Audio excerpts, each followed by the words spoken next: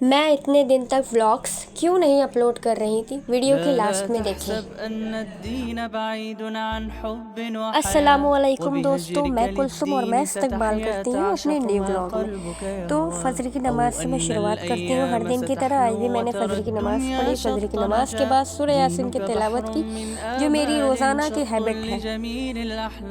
सूरह यासीन पढ़ने के बाद काफ़ी देर तक, उसके बाद मैं थोड़ी देर कुरान की कुछ आयत को भी पढ़ती हूँ, और कुछ आयत पढ़ने के बाद मैं थोड़ा सा फ्रेश वगैरह होकर कपड़ा वगैरह चेंज करके, क्योंकि मुझे स्कूल के लिए भी निकलना है, नाश्ता पानी के लिए बैठ जाती हूँ। तो यस, मैं काफ़ी टाइम तक ब्लॉग इसलिए नहीं बना रही थी क्योंकि घर पर कुछ प्रॉब्लम चल रही थी, और मतलब काफ़ी बुरे दिन चल रहे थे बोला जाए तो। खैर अल्हम्दुलिल्लाह, बुरे दिन ज़्यादा दिन तक नहीं रहते हैं। सब कुछ जो था टल चुका है, ख़त्म हो चुका है। कई लोगों को मालूम भी होगा क्या हुआ था, कैसे हुआ था।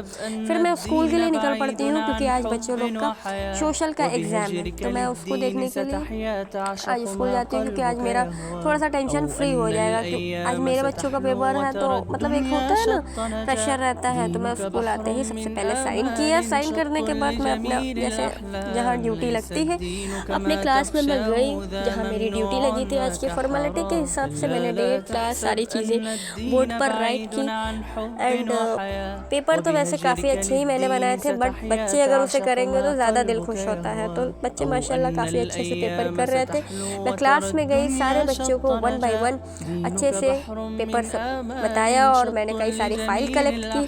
देन उसके बाद सारी कॉपीज़ मेरे पास आ गई थी, और वो सारी काम करते ही मैं घर के लिए निकल पड़ती हूँ। घर जाने के बाद सबसे पहले मैं वज़ू करके ज़ोहर की नमाज़ अदा करती हूँ। ज़ोहर की नमाज़ पढ़ने के बाद कुछ देर तक मैं कुरान की तिलावत करती हूँ। जिससे मुझे सबसे ज़्यादा सुकून मिलता है वो है कुरान की तिलावत, जो मैं रोज़ाना करती हूँ।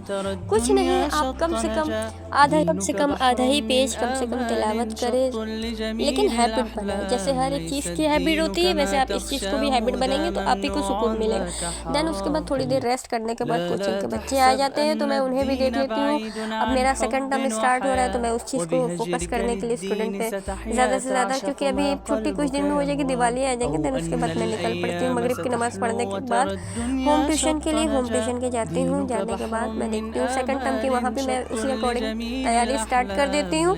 देन उसके बाद वहाँ से आते ही मैं ईशा की नमाज़ अदा करती हूँ। ईशा की नमाज़ पढ़ने के बाद मैं अपनी ऑनलाइन क्लास के लिए बैठ जाती हूँ फ़ौरन। और ऑनलाइन क्लास में मैं आज सबक नंबर 16 आज मेरा स्टार्ट हो गया था। देन उसके बाद तफसीर की क्लास करने के बाद मिलते हैं नेक्स्ट ब्लॉग में। दुआ में खास याद रखिएगा।